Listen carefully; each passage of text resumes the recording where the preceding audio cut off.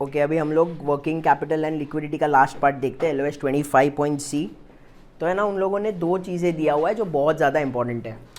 तो basically working capital क्या था, कितना इफेक्टिवली मैं मेरा करंट लायबिलिटीज़ पे ऑफ कर सकता हूँ थ्रू माय करंट एसेट्स। अभी ऐसा है क्या, करंट एसेट बहुत ज़्यादा रहेगा और करंट लायबिलिटी बहुत कम रहेगा तो अच्छी बात है नहीं ना, क्या प्रॉब्लम होएगा उससे, अपॉर्चुनिटी कॉस्ट बहुत ज़्यादा है ना। जैसा अभी करंट एसेट्स मेरे पास पड़ा हुआ है 10 करोड़ और करंट लायबिलिटी सिर्फ 2 करोड़ का ही है, तो फिर भाई तुम लोग का एक्सेस 8 करोड़ ऐसे ही पड़ा हुआ है। एडवांटेज क्या है कि कभी तुम लोग का वर्किंग कैपिटल में इशू ही नहीं आएगा, बराबर। लेकिन डिसएडवांटेज क्या है, तुम्हारा बाकी का 8 करोड़ ऐसे ही पड़ा हुआ है ना, वो तुम क्या कर सकते हो, नॉन करंट एसेट्स में डाल सकते हो जिससे तुम्हारा सेल्स बढ़ सकता है कि नहीं। तो वही पार्ट अभी देखेंगे। कंजर्वेटिव अप्रोच क्या है, कंजर्वेटिव अप्रोच मतलब तुम्हारा करंट एसेट्स ज़्यादा है compare to your current liabilities. इससे क्या होएगा, तुम लोग को वर्किंग कैपिटल का इशू नहीं आएगा। समझ में आया कंजर्वेटिव। दूसरा क्या होता है कि अगर कल को तुम लोग को लोन लेना पड़े तो तुम लॉन्ग टर्म लोन लेते हो instead of short term loan. समझ में आया। लॉन्ग टर्म लोन का क्या एडवांटेज है ओवर शॉर्ट टर्म लोन। देखो लॉन्ग टर्म लोन लोगे तो एक तो महंगा पड़ेगा, वो एक एक्चुअली डिसएडवांटेज है कि नहीं। अभी जैसा FD और सेविंग्स अकाउंट सोचो ना, वैसे अगर तुम जब लोन ले रहे हो, लॉन्ग टर्म लोन सपोज तुमको 12% पे मिलेगा, यही शॉर्ट टर्म लोन में भी तुम लोग को 9% पे मिलेगा। बट लॉन्ग टर्म भले ही महंगा है तो कैसा कंजर्वेटिव हुआ, क्योंकि टेन्योर ज़्यादा है उसका, हमको तब तक सिर्फ इंटरेस्ट भरना है। लेकिन शॉर्ट टर्म रहेगा तो क्या होएगा, अगर 120 डेज 150 डेज के लिए लिया मैंने, 150 डेज के बाद मुझे वापस एक और लोन लेना पड़ेगा ये लोन चुकता करने के लिए, उसको हम बोलते हैं रोल करना। लेकिन अगर वो नहीं हुआ तो रोल ओवर रिस्क हो गया। लेकिन अगर लॉन्ग टर्म लोन लिया तो रोल ओवर रिस्क आएगा क्या, नहीं, तो वो सेफर ऑप्शन है। बट ये कंजर्वेटिव करने के वजह से डिसएडवांटेज क्या होएगा, ज़्यादा मैंने करंट एसेट्स में डाल दिया तो होएगा क्या, तुम लोगों का रिटर्न्स कम होएगा। क्योंकि ऐसे सोचो ये 10 करोड़ है यार 2 करोड़ है, तुम्हारा 8 करोड़ ऐसे ही पड़ रहा है ना, वो तुम बिजनेस में डालते तुम ज़्यादा रिटर्न्स कमा सकते थे कि नहीं, तो वो तुम लोगों का रिटर्न्स कम होएगा। और लॉन्ग टर्म बोरोइंग किया तो तुम्हारा कॉस्ट ऑफ बोरोइंग बढ़ जाएगा, ये तुम्हारा डिसएडवांटेज है। तो कंजर्वेटिव करोगे तो एडवांटेज है कि बहुत सेफ है, लेकिन उसका डिसएडवांटेजेस ये होगा। यही तुमने इसका उल्टा किया एग्रेसिव, तो क्या हो जाएगा, जो भी हमने किया है उसका उल्टा। समझा। तो वो लोग क्या बोलते हैं, वो लोग बोलते हैं एक मॉडरेट अप्रोच यूज करो। हर एक इंडस्ट्री टू इंडस्ट्री अलग होगा। मॉडरेट अप्रोच मतलब क्या, यहाँ पे उन लोगों ने एक टर्मिनोलॉजी दिया हुआ है परमानेंट करंट एसेट्स, एंड दूसरा क्या दिया है टर्मिनोलॉजी, वेरिएबल करंट एसेट्स या सीजनल करंट एसेट्स। इसका मतलब है ना, सिंपल लैंग्वेज में बताता हूँ। अभी है ना, कोई भी दुकान, इलेक्ट्रॉनिक का दुकान पकड़ लो, ठीक है, दुकान डाला है तुम लोगों ने, कभी तुम्हारा सेल बढ़ेगा, हर क्वार्टर सेल बढ़ेगा क्या, नहीं। बट जब दिवाली सब आते तभी सेल बढ़ेगा ना, तो वो टाइम के लिए अपने पास वर्किंग कैपिटल होनी चाहिए कि नहीं। तो वो लोग बोलते हैं कि ऐसा देखो कि ऑन एन एवरेज इलेक्ट्रॉनिक दुकान को कितना करंट एसेट लगता है, बट दिवाली के टाइम पे उनको ज़्यादा लगेगा, बराबर। तो जितना उनको हर साल लगता है ना एक बेस लाइन अमाउंट, उसको हम क्या बोलते हैं, परमानेंट करंट एसेट, कि भाई ये तो लगने ही वाला है।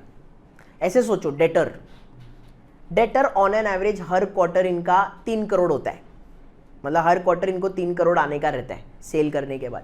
लेकिन सिर्फ Q3 जब दिवाली होता है तब 5 करोड़ आने का रहता है, क्योंकि सेल ज़्यादा किया रहता है। तो वर्किंग कैपिटल में थोड़ा पैसा अटका कि नहीं, 2 करोड़ एक्स्ट्रा अटक रहा है कि नहीं। तो 3 करोड़ के ऊपर का 2 करोड़ है ना, उसको वो लोग क्या बोलते हैं, वेरिएबल या तो सीजनल करंट एसेट। जो 3 करोड़ बेस लाइन है उसको क्या बोलते हैं, परमानेंट करंट एसेट। ऐसे समझा। तो ये लोग क्या बोलते हैं, जो भी तुम्हारा बिजनेस में जो बेसलाइन करंट एसेट्स लगता है, मतलब जो धंधे के लिए चाहिए ही चाहिए अपने को, उसमें तुम लोग रिस्क ले सकते हो क्या, नहीं। तो वो कंजर्वेटिवली करो। कंजर्वेटिवली करो मतलब क्या, कैसे फंड करने का उसको, लॉन्ग टर्म लोन्स के साथ। लेकिन जो सिर्फ एक क्वार्टर आने वाला है तो वो उसके लिए क्या कर सकते हो तुम लोग, शॉर्ट टर्म लोन ले लो। ऐसा समझ में आया तुम लोग को, ये कह लो ऐसे। उसके बाद उन्होंने बोला शॉर्ट टर्म लिक्विडिटी सोर्सेस के लिए क्या क्या, मतलब देखो अगर तुम लोगों को जल्दी जल्दी कोई लिक्विडिटी सोर्स चाहिए तो तुम्हारा कंपनी का फंडामेंटल्स भी बाप रहना चाहिए कि नहीं, तो ये एक फैक्टर हुआ कि नहीं। तो वैसे उन्होंने ना 5 फैक्टर्स दिया हुआ है कि कौन से फैक्टर्स के वजह से तुमको चीपली पैसा मिल जाएगा। देखो कंपनी का फंडामेंटल्स मस्त, तो लोग बोलेंगे भाई ये कंपनी में रिस्क नहीं है और सस्ते में दे देंगे, बराबर। तो 5 पॉइंटर। सबसे पहले कंपनी की साइज। कंपनी की साइज जितनी बड़ी, कीपिंग एवरीथिंग एल्स कांस्टेंट, लोगों को लगेगा वो सेफ है, तो कंपनी की साइज मैटर करती है। समझ में आया? कंपनी की साइज जितनी बड़ी, कीपिंग एवरीथिंग एल्स कांस्टेंट, वो ज़्यादा सेफर माना जाता है। सेफर ज़्यादा माना जाता है तो क्या होएगा? सस्ते में मिल सकता है। Second point, credit worthiness of that company. अगर कंपनी ने पिछला 10 साल में लोन लिया है और हमेशा टाइम टू टाइम चुकता किया है, तो उसका क्रेडिट वर्दीनेस अच्छा है कि नहीं? कंपनी का फंडामेंटल्स अच्छा है तो अच्छा है कि नहीं? तो ये हो गया हमारा सेकेंड पॉइंट। फिर third point is with respect to legal system. अभी डेवलपिंग कंट्री में लीगल सिस्टम स्ट्रांग रहता है कि डेवलप्ड कंट्री में? डेवलप। तो लीगल सिस्टम में यहाँ पे किसके बारे में बात हो रहा है मालूम है क्या? कल को अगर किसी ने लोन दिया एक कंपनी को एंड वो कंपनी ने हाथ खड़े कर दिए, तो अपने को वो लीगल सिस्टम पे भरोसा होना चाहिए ना कि वो कंपनी से पैसा निकलवा के देगा गवर्नमेंट या लॉ। अगर वो नहीं करके देगा तो आपको भरोसा आएगा क्या? तो क्या होएगा? आप दोगे ही नहीं, या तो आप महंगा दोगे। तो जिस भी कंट्री का लीगल सिस्टम स्ट्रांग है वहाँ पे कंपनीज को थोड़े सस्ते में मिल सकता है loans, keeping everything else constant. फिर फोर्थ है रेगुलेटरी कंसर्न्स। अभी बैंक्स अंधाधुंधी लोन ले सकती है क्या? ले सकती है, बट अगेन किधर भी इन्वेस्ट नहीं कर सकती। समझ में आ रहा है? बैंक का काम ही है ना भाई लोन लेना। समझ में आ रहा है आपको? बैंक वही तो करता है, बट एक लेवल तक। देखो बैंक्स है ना, ऐसा नहीं बोलने का कि बैंक्स अगर लोन ज़्यादा लिया तो रिस्की है। बैंक्स बाई डिफॉल्ट लोन ज़्यादा रहता है उनका, है कि नहीं? बट कोई और कंपनी, जैसा कोई और financial company, life insurance company, अंधाधुंधी लोन नहीं ले सकते। बैंक्स का काम क्या है? लोन लेना। बट अगेन बैंक्स भी 10x लोन ले सकती है, 15x 14x सब नहीं ले सकती। क्यों? क्योंकि लॉ अलाउ नहीं करेगा। Similarly life insurance, general insurance companies, ये लोग भी एक लेवल तक ही ले सकते हैं, उसके ऊपर जा ही नहीं सकते, क्योंकि इधर पब्लिक का पैसा है ना, है कि नहीं? LIC ने बहुत लोन उठा लिया। LIC में इंडिया का मिडिल क्लास का पैसा अटका हुआ है। कल को LIC ने हाथ खड़े कर दिए लोन लेके कि भाई हमने डुबा दिया, जाओ, तो दंगे हो जाएंगे ना इंडिया में। ये समझ में आ रहा है? तो रेगुलेशंस ही अलाउ नहीं करता वो चीज़। ये समझा तुम लोग को? तो रेगुलेटरी कंसर्न्स के वजह से भी डिपेंड करता है। तो लाइफ इंश्योरेंस, बैंक्स तो चलो लोन लेती है बट एक लेवल के ऊपर नहीं ले सकते, वो उन्होंने बोला है। समझ में आया? फिर लास्ट है अंडरलाइंग एसेट्स। तुम लोग क्या एसेट गिरवी रख रहे हो? अभी तुम्हारा अंडरलाइंग एसेट का क्वालिटी बहुत अच्छा है तो तुमको अच्छा लोन अच्छे इंटरेस्ट रेट पे मिलेगा। लेकिन तुम्हारा अंडरलाइंग एसेट्स इतना हाई क्वालिटी का नहीं है तो लोग बोलेंगे ना कि भाई रिस्क है, तो मेरे को इंटरेस्ट रेट्स ज़्यादा चाहिए। समझ में आया? डन। अभी हम लोग करिकुलम क्वेश्चन स्टार्ट करते हैं वर्किंग कैपिटल एंड लिक्विडिटी का, पेज नंबर 218 2024। यहाँ पे फर्स्ट है लर्निंग मॉड्यूल सेल्फ असेसमेंट। तो अभी मैं अज्यूम कर रहा हूँ तुम लोग सब लोग ने एक बार ट्राई किया है। सबसे फर्स्ट क्वेश्चन पे आते हैं। Which of the following actions or events will most likely decrease and issuers cash conversion cycle? Cash conversion कम हो रहा है मतलब बेटर इट इज, कम पैसा अटक रहा है। तो कौन से तीनों में से बेटर है? Buying short term marketable securities using cash on hand, उससे कुछ फर्क नहीं पड़ने वाला है। Second, offering customers a discount for payment received with in 10 days। तो क्या हो रहा है? उनको डिस्काउंट दे रहे कि भाई 10 दिन के पहले करेगा तो डिस्काउंट मिलेगा, तो लोग करेंगे जल्दी, तो मेरे पास पैसा अटका रहेगा, क्या मेरे को जल्दी पैसा मिल जाएगा, तो कैश कन्वर्जन कम। रिसीवेबल डेज कम हो रहा है बेसिकली, पॉइंट नंबर 2 से। थर्ड क्या है? Slowing of sales of certain goods due to changing preferences in style. अरे इससे अपना पैसा फिर क्या होएगा? इन्वेंट्री डेज बढ़ेगा, तो कैश कन्वर्जन बढ़ेगा ना, तो बुरी बात। तो आंसर क्या आएगा? बी। ऐसे करने का एग्जाम में आपको, समझ में आया? फिर second question, which of the following actions will most likely increase and issuer's liquidity. अच्छी बात है। अगेन कौन सा होगा? Forgoing a supplier's discount for prompt payments, relaxing terms for customers by lengthening. ठीक है, तीनों में से कौन सा आएगा? इश्यूअर का लिक्विडिटी किससे बढ़ेगा?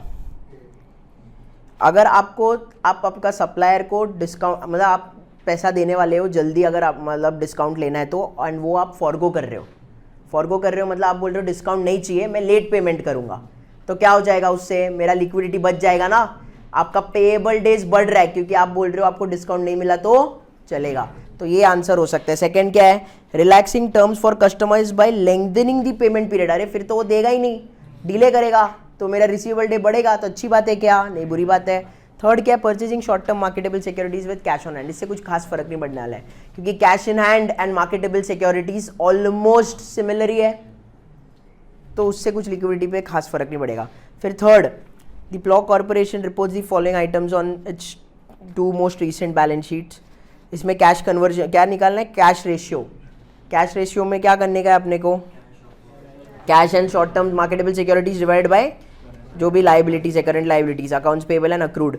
तो पहले का करोगे तो 0.1667 आएगा, सेकेंड का 0.2, तो अच्छा हो रहा है ना अपना कैश रेशियो, तो बेटर इट इज।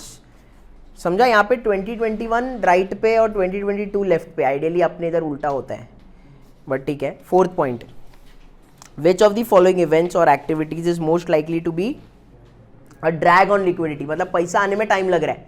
इसी का उल्टा क्या होता, पुल्स ऑन लिक्विडिटी, वो भी बुरा था, ठीक है। ड्रैग्स मतलब पैसा आने को टाइम लग रहा है। इन्वेंट्री बिकमिंग ऑब्सोलीट, हाँ भाई, तो इन्वेंट्री नहीं बिक रहा तो पैसा आने में टाइम जाएगा, तो वो आंसर है, समझा।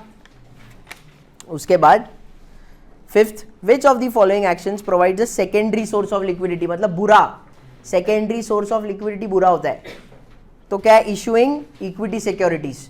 इक्विटी सिक्योरिटी आपने इशू किया और उससे पैसा आके आप अगर अपना वर्किंग कैपिटल प्रॉब्लम सॉल्व कर रहे हो तो बहुत बुरी बात है।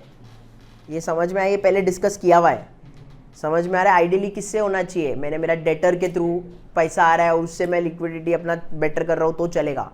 लॉन्ग टर्म फंडिंग से मैं मेरा शॉर्ट टर्म प्रॉब्लम सॉल्व कर रहा हूँ, ये बहुत बुरी बात है, तो अपना आंसर क्या आएगा, ए।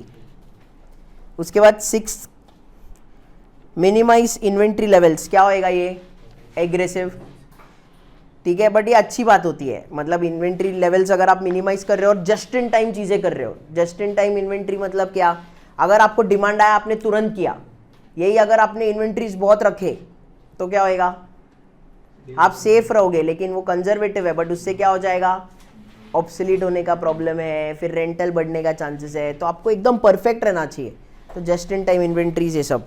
सेकेंड क्या है, greater reliance on long term debt and equity financing, ये क्या है, कंजर्वेटिव, बट आपका कॉस्ट ऑफ फंडिंग बढ़ेगा, ये अभी किया था ना हमने।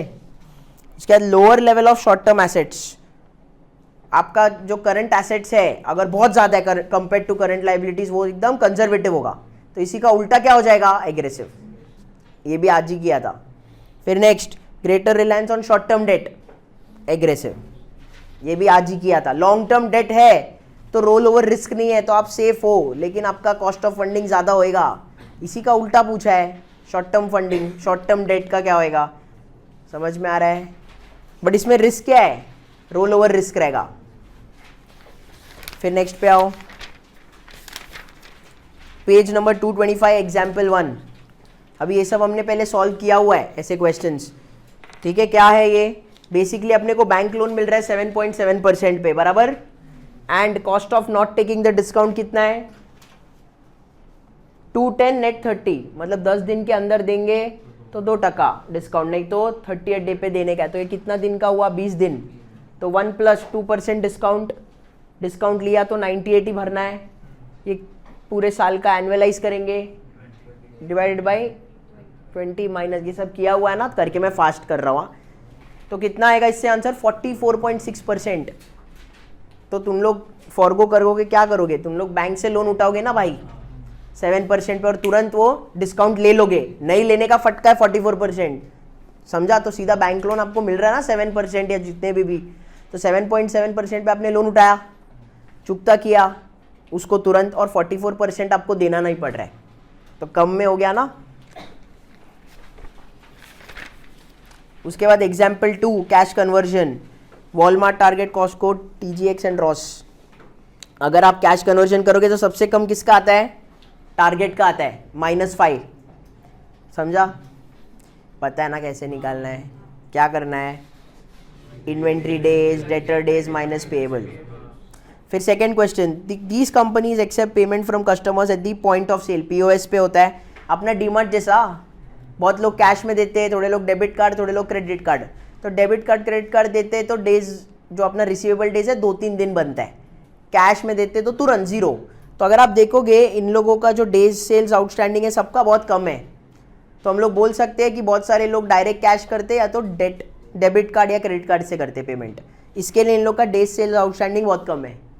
यही अगर मेरा बिजनेस मैं मेरे डिस्ट्रीब्यूटर को बेचता तो मेरा डेज सेल्स आउटस्टैंडिंग बढ़ेगा। ये रिटेल दुकान है ना, सब रिटेल दुकान में जल्दी पैसा मिलता है कि नहीं, तो डेज सेल्स आउटस्टैंडिंग भी तो कम है ना, किसी का 1-2 डेज भी हो सकता है। 1-2 डेज का मतलब क्या है, बहुत लोग कैश में करते, थोड़े लोग डेबिट कार्ड क्रेडिट कार्ड से कर रहे हैं, समझा।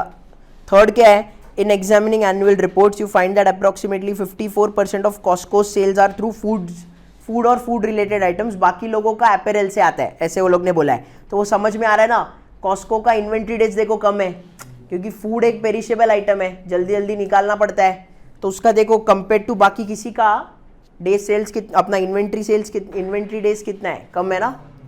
तो ये प्रूव हो रहा है, समझा क्या। इजी क्वेश्चंस है, बस वो क्वेश्चन क्या पूछ रहा है ये इंपॉर्टेंट है, समझा। मैं ट्रांसलेट करके बोलता हूँ ना तो इजी लगेगा, मतलब आपको बेसिकली कंसेप्ट आ रहा है। इट्स जस्ट दैट तुम लोग को अगर किसी को ये स्ट्राइक नहीं हो रहा है ना तुरंत फर्स्ट गो में, दैट मीन्स आपको इंटरप्रिटेशन में तकलीफ हो रहा है। तो इसका एक ही सॉल्यूशन है, अगर कोई ऑनलाइन भी देख रहा है या तुम लोग के लिए, पहले खुद से सॉल्व करने का, उसके बाद ये वीडियोस या ये करने का। कभी भी डायरेक्ट लेक्चर्स में मत आ जाना ये क्वेश्चन सॉल्विंग के लिए, पहले खुद से सॉल्व करना ही चाहिए, क्योंकि आप डायरेक्ट अगर डाउट सॉल्विंग के लिए आते हो without actually doing the question तो आपको लगेगा अरे ये तो आएगा ही मेरे को, ईजी तो है। बट खुद से सॉल्व करोगे और फिर नहीं आएगा ना तो आपको एग्जैक्ट एसेंस समझेगा, अच्छा इधर में अटका। वो बहुत इंपॉर्टेंट है सीएफए में 2 पार्ट से क्लियर करने के लिए। एक तो कंसेप्ट, चलो वो तो मैं आपको गारंटीड सब परफेक्ट करके दूंगा। दूसरा होता है सम सॉल्विंग, क्वेश्चन सॉल्विंग, उधर है ना इंटरप्रिटेशन आता है हैंडी। तो थोड़े लोगों को इंटरप्रिटेशन में अगर दिक्कत होता है तो आपको नंबर ऑफ क्वेश्चंस ज़्यादा करना पड़ेगा, समझ में। अभी करिकुलम का क्वेश्चंस है, मेरा टेस्ट पेपर है, कैप्लान के क्वेश्चंस है, एडिशनल क्वेश्चंस दूंगा, मॉक एग्जाम्स है, ये सब मिला के 10,000 के ऊपर होता है। ये 10,000 क्वेश्चंस आपको 3 बार करना है, समझ में आ रहा है। क्योंकि 10,000 क्वेश्चन एक बार करोगे तो याद रह जाएगा क्या। तो हमेशा अभी मैं कैसे करता हूँ, एक क्वेश्चन किया, सपोज वो फर्स्ट गो में आ गया तो कोई नहीं, लेकिन अगर मुझे फर्स्ट गो में नहीं आ रहा है, मुझे सॉल्यूशन देखना पड़ रहा है, या तो मेरा वीडियो मतलब आप मेरा वीडियोस देख के ही समझा आपको, तो उसको चुपचाप एस्टरिस्क डाल दो, ताकि आपको नेक्स्ट टाइम जब रिवीजन कर रहे हो आपको पता है ये मुझे फर्स्ट गो में नहीं आया है। ऐसा बहुत बार होएगा। ये 10,000 क्वेश्चन जब आप वापस करोगे ना, सपोज करते 10,000 क्वेश्चन है, 10,000 क्वेश्चन में कुछ 600 क्वेश्चन ऐसा है जो आपको फर्स्ट गो में नहीं आया।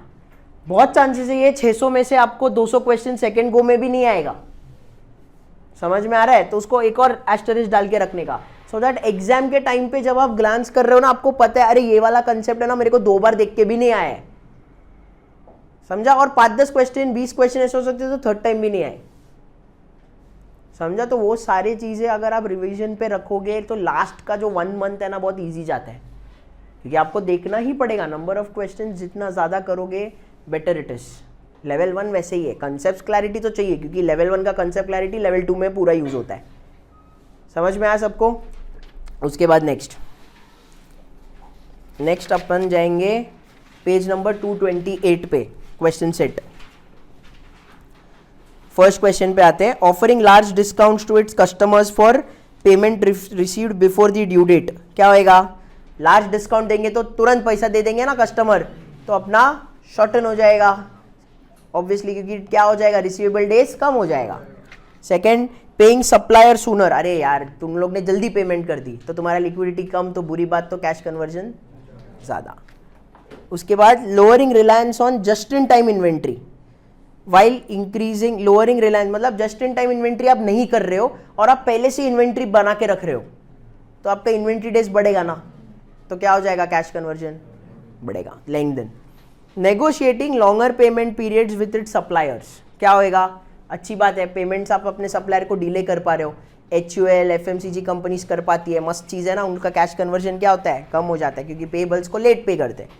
Tightening credit standard for its customers, customers को बोलते हैं भाई इतना दिन नहीं दूंगा जल्दी दे, तो क्या हो जाएगा, डेज कम हो जाएगा, रिसीवेबल डेज, तो अच्छी बात है, यस, तो शॉर्टन। उसके बाद सेकेंड क्वेश्चन, कैश कन्वर्जन कौन से इशूअर का ज़्यादा है, सबसे बी का, तो उसके लिए प्रॉब्लम है। फिर बाद में third question, assuming no change in days of sales and inventory and issuer in need of cash flow, उसको कैश फ्लो की ज़रूरत है, दैट फॉरगोज द डिस्काउंट, तो वो डिस्काउंट को फॉरगो कर रहा है और लेट कर रहा है पेमेंट, तो कैश कन्वर्जन क्या होएगा, उससे शॉर्टन होएगा। तो आंसर क्या आएगा इसका, ए।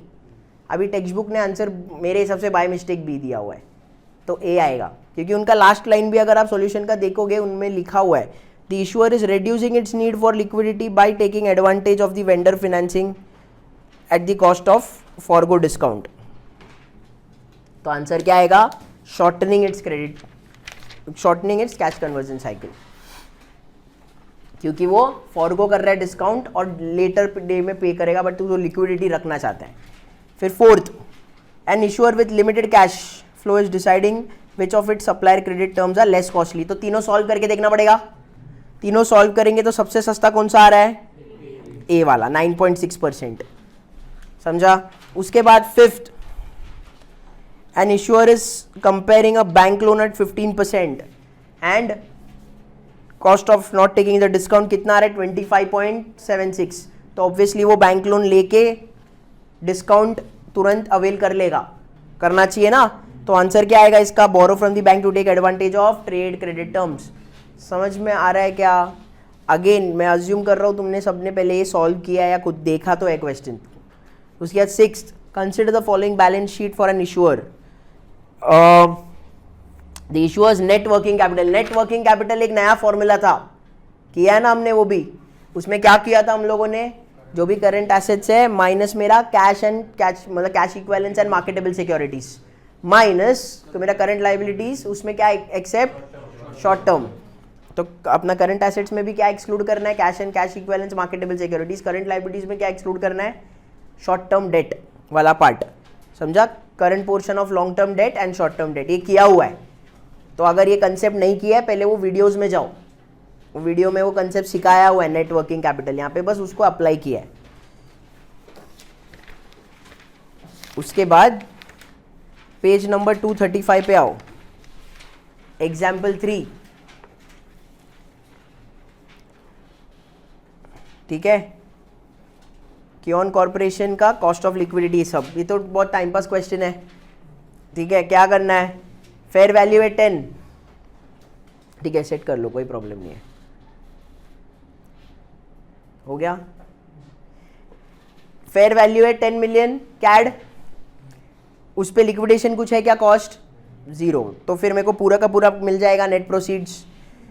इन्वेंट्री एंड रिसीवेबल पे 10% लिक्विडेशन है, तो कितना हो गया? 2 मिलियन जाएगा अपना तुरंत अगर लिक्विडेट करने का है तो हाथ में कितना आएगा? 20 - 2 18. तो ऐसे नेट प्रोसीड्स को ऐड करो तो आता है 94.5. तो आंसर आएगा बी. एंड उसका दूसरा 15.5. अगर एक निकाला है तो दूसरे में तो वही आएगा ना, मतलब अभी. समझा? क्योंकि एक ही है जो 94.5 दिया है इसके लिए. उसके बाद page number 236, example 4. कियोन corporation is experiencing liquidity challenges. As an analyst, you note 3 recent trends related to Kion's working capital. Which trend does not contribute to firm's liquidity challenges? ठीक है, फर्स्ट क्या है? An increase in average days sales outstanding in is a drag on liquidity. बराबर है ना?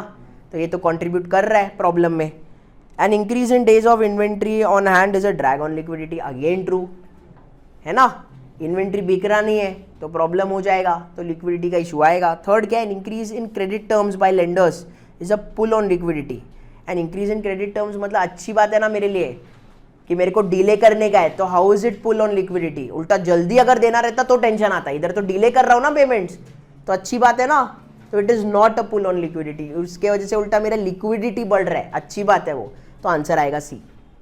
ये contribute नहीं कर रहा है मेरे प्रॉब्लम के लिए, उल्टा ये अच्छा कर रहा है, प्रॉब्लम को सुधार रहा है. तो आंसर आएगा सी, क्योंकि क्वेश्चन वैसा पूछा गया है. समझा? उसके बाद नेक्स्ट पे आते हैं. अभी पेज नंबर 238 वो वाला नॉलेज चेक तो आप कर सकते हो पूरा 241 तक, वो इतना कुछ है नहीं. 241 243 हम लोग उसके बाद वाले पे चलते हैं. पेज नंबर 247 पे आओ. Example 5. Kion Corp is considering an increase in the line of credit it offers to new customers. मतलब लाइन ऑफ क्रेडिट वो इंक्रीज करना चाहता है, मतलब वो बोल रहा है तू डिले कर पेमेंट, मेरे को चलेगा बेसिकली, क्योंकि उसको सेल्स मैनेजर को क्या लग रहा है? इससे मेरा सेल्स बढ़ जाएगा. What would be the expected impact in the short term funding needs if this change were to be made? Company would reduce its inventory level. ऐसा होएगा क्या? उल्टा सेल्स बढ़ाने का है तो तेरे को इन्वेंट्री बढ़ाना पड़ेगा, तो ए तो नहीं आएगा. बी क्या है? The company would likely collect faster reducing it's inventory. नहीं ना भाई, उन्होंने क्या बोला है कि तेरे को डिले करना पड़ेगा पेमेंट्स मिलने वाला, तो ऑब्वियसली तुम लोग का रिसीवेबल डेज बढ़ेगा, तो बी भी नहीं आएगा। सी क्या है, company would have an increase need for working capital. True, क्योंकि तुम लोग पैसा नहीं आने वाला है ना, तो कैश कन्वर्जन बढ़ेगा, तो वर्किंग कैपिटल नीड बढ़ेगा। D, the company could paid supplier sooner. ये सब कहाँ दिया है, कुछ दिया ही नहीं है भाई, पैसा आना तो चाहिए देने के लिए, तो वो भी नहीं है। फिर E, company would not see any change. नहीं, वो तो नहीं है, तो आंसर क्या आएगा, सी। समझा। अगेन आपको 5 ऑप्शन नहीं आता है एग्जाम में, 3 ही आता है, तो कंसेप्ट के लिए उन्होंने ऐसे दिया हुआ है। उसके बाद next page 248, knowledge check. Which of the following factors should a company consider when evaluating short term financing choices. A, cost of funds borrowed, obviously देखना पड़ेगा कितने में मिल रहा है। बी क्या है, flexibility offered by the source, कितना flexible है, शॉर्ट टर्म से लॉन्ग टर्म बाद में कर सकते हैं क्या, अगर फंडिंग चाहिए तो ये सब फ्लेक्सिबिलिटी मिल रहा है क्या। Ease with which the funds can be accessed, important है। लीगल रेगुलेटरी, ये भी इंपॉर्टेंट है, सब देखा था ना अभी हमने वो 5 चीज़ें, सब तो है, तो ऑल ऑफ द अबव। उसके बाद है next question, very very important. यहाँ पे अजम्पशन दिया हुआ है एनुअलाइज्ड रेट्स का, कैलकुलेशन भी वो लोग एनुअलाइज्ड रेट्स के हिसाब से ही किए हुए, तो ऐसा टाइप ऑफ क्वेश्चन आएगा, तो एनुअलाइज्ड के हिसाब से ही आंसर्स निकालो, तो वो लिखो पहले वहाँ पे कि एनुअलाइज्ड रेट्स के हिसाब से ही करना है। स्टार्ट करें हम लोग। Kion corp has accounts payable of कैट 2 million and account receivable of कैट 2 मिलियन। अभी उसके पास मार्केटेबल सिक्योरिटीज भी है 5 मिलियन का। अभी उनको चाहिए कितने का लिक्विडिटी, 2 लाख का, 2 लाख कैड का। तो वो लोग बोल रहे कौन सा चीजें कर सकते हैं। ए और बी तो डायरेक्ट हटा दो, क्योंकि ए और बी सेकेंडरी सोर्स है, सेकेंडरी सोर्स बकवास होता है बाय डिफॉल्ट, तो आएगा क्या आंसर में, तो ए और बी इज सेकेंडरी सोर्स, तो वो हटा दिया। एक्चुअली लॉन्ग टर्म डेट ले सकते हैं, बी इज सेकेंडरी सोर्स, ए लेकिन लॉन्ग टर्म डेट है, तो उसका वैसे भी कॉस्ट बहुत ज्यादा जाएगा, तो इसके लिए वो हम लोग नहीं आएगा आंसर में। फिर सी क्या है, company should delay paying account receivable and forgo the 2%। So basically क्या बोल रहे हैं, तुम लोग को 2 लाख चाहिए ना, 2 लाख के लिए तुम्हारा 2% जाएगा, जो 2 लाख तुम लोग देने वाले थे वो रुका दिया तुमने, तो तुमको लेकिन उस पर 2% फटका बैठेगा ना, cost of not taking the discount. क्योंकि तुम क्या कर रहे हो, तुम बोल रहे हो मेरे को डिस्काउंट नहीं चाहिए, मेरे को ये 2 लाख अभी लिक्विडिटी चाहिए, तो उस पर तुमको 2% का फटका है। अभी ये 2% एनुअलाइज्ड रेट है, समझा, तो ये लोगों ने एनुअलाइज्ड के हिसाब से ही सॉल्व किया है, इसके लिए मैं बोल रहा हूँ। तो 2 लाख पे 2% कितना है, 4000। तो ये एक चीज है कि आपको 4000 का फटका मिलने वाला है अगर आपने सी वाला ऑप्शन ऑप्ट किया। तो डी वाला ऑप्शन क्या है, company should cell accounts receivable at a 10% discount, सीधा 10%, अगेन सालाना 10% बोल रहे वो लोग। सो आपका अकाउंट्स रिसीवेबल कितने का होना चाहिए, सच दैट आपको 10% डिस्काउंट है, बराबर ना, तो कितना आपका अमाउंट होना चाहिए कि इसका 90% should be equivalent to 2 lakh, ऐसा है वो, समझा। आपका अकाउंट्स रिसीवेबल कितने का होना चाहिए सच दैट उस पर 10% डिस्काउंट मिले, मतलब उसका 90% का वैल्यू शुड बी 2 lakhs। तो ये x इज इक्वल टू क्या करेंगे, 2 lakhs डिवाइडेड बाई 0.9, तो कितना हो गया, 2 लाख, 2,22,222। मतलब क्या है, 2,22,222 का अकाउंट्स रिसीवेबल आप बेचोगे ना, तो आपको 2 लाख मिलेगा, क्योंकि इसका 90% 2 लाख होता है, ऐसा है वो। समझ में आया कैसे सॉल्व किया, सिंपल है ना, ऐसे करके करो, विथ भी डाउट है, ठीक है। नेक्स्ट ई वाला point, the company should sell marketable securities at 0.5% brokerage. तो मार्केटेबल सिक्योरिटीज अपने पास 5 मिलियन का है, तो अगर उसमें से 2 लाख बेचा भी, तो इस पे कितना 0.5% कितना ही होता है, 1000 रुपया। तो सबसे कम फटका किसमें, इसमें कितना फटका है, 22,000, 22,222, इसमें 4,000 का फटका और इसमें सिर्फ 1000 का फटका, किसमें सबसे कम है, 1000 वाला। तो अपन किसके साथ जाएंगे, ई वाले के साथ जाएंगे। समझ में आया कैसे करना है। उसके बाद नेक्स्ट पे आओ, page 250, question set 1, greater level of inventory relative to sales. तुमने इन्वेंट्री बहुत भर के रखा है, तुमने कंजर्वेटिव किया है, लेकिन ऐसे करना नहीं चाहिए। इससे क्या होएगा, इन्वेंट्री ऑब्सोलीट हो सकता है, इन्वेंट्री रखने का खर्चा बढ़ सकता है, तो प्रॉफिटेबिलिटी का प्रॉब्लम हो सकता है, आएगा जरूरी नहीं है, हो सकता है। फिर second, greater reliance on long term financing, conservative, but आपका cost of funds third, greater level of cash in hand, safe है, conservative. Greater level of marketable security, safer है. Greater reliance of short term debt, aggressive है. समझा. उसके बाद second, a company has $30 million of accounts payable for which it could delay payment for 14 days forgoing 2% discount. वो लोग बोल रहे हैं लिक्विडेशन कॉस्ट क्या है, 2%. अभी ये लोग ने अगेन इसमें क्या किया है, पूरे साल के हिसाब से लिया है. तो क्या किया है, 30 million पे 2% लिक्विडेशन कॉस्ट, तो कितना हो गया, 0.6 million. समझा. तो ऐसे टाइप ऑफ क्वेश्चंस पे याद रखना, वो लोग एनुअलाइज्ड रेट्स लेके कर रहे. थर्ड क्वेश्चन क्या है, a company change the credit terms it offers to its customers from 110 net 30 to 150 net 30. मतलब क्या, पहले बोलते थे भाई तू 10 दिन के अंदर दिया तो 1% डिस्काउंट, नहीं तो 30 दिन में दे. अभी मैं बोल रहा हूं तू 15 दिन के अंदर दे तब भी 1% डिस्काउंट, नहीं तो 30 डेज में. मतलब पहले मैं बोलता था 10 दिन के अंदर देगा तो ही 1%, अभी मैं बोल रहा हूँ तू 15 दिन में भी दिया ना तो भी 1% मिलेगा. मतलब मैं क्या कर रहा हूँ, ऑब्वियसली कस्टमर 15वें दिन में देगा ना, 10वें दिन पे तो नहीं देगा, तो मेरा डेज सेल्स क्या हो गया, तो अच्छी बात नहीं है ना. तो आंसर क्या आएगा, an increase in its accounts receivable. समझा. यहाँ पे कैलकुलेशन करने की जरूरत नहीं है cost of not taking the discount. क्यों, क्योंकि बाकी सब सेम है. अगर ऐसे सब रहता ना 110 नेट 30 और दूसरे में 215 होता या 1.515 होता तो अपने को फिर भी सॉल्व करना पड़ता, बट यहाँ पे करने का जरूरत नहीं है. समझा कैसे सोचा जाता है. एग्जाम में ज्यादातर ऐसे क्वेश्चन आएंगे, बट ये स्ट्राइक होना बहुत इंपॉर्टेंट है. समझ में आ रहा है.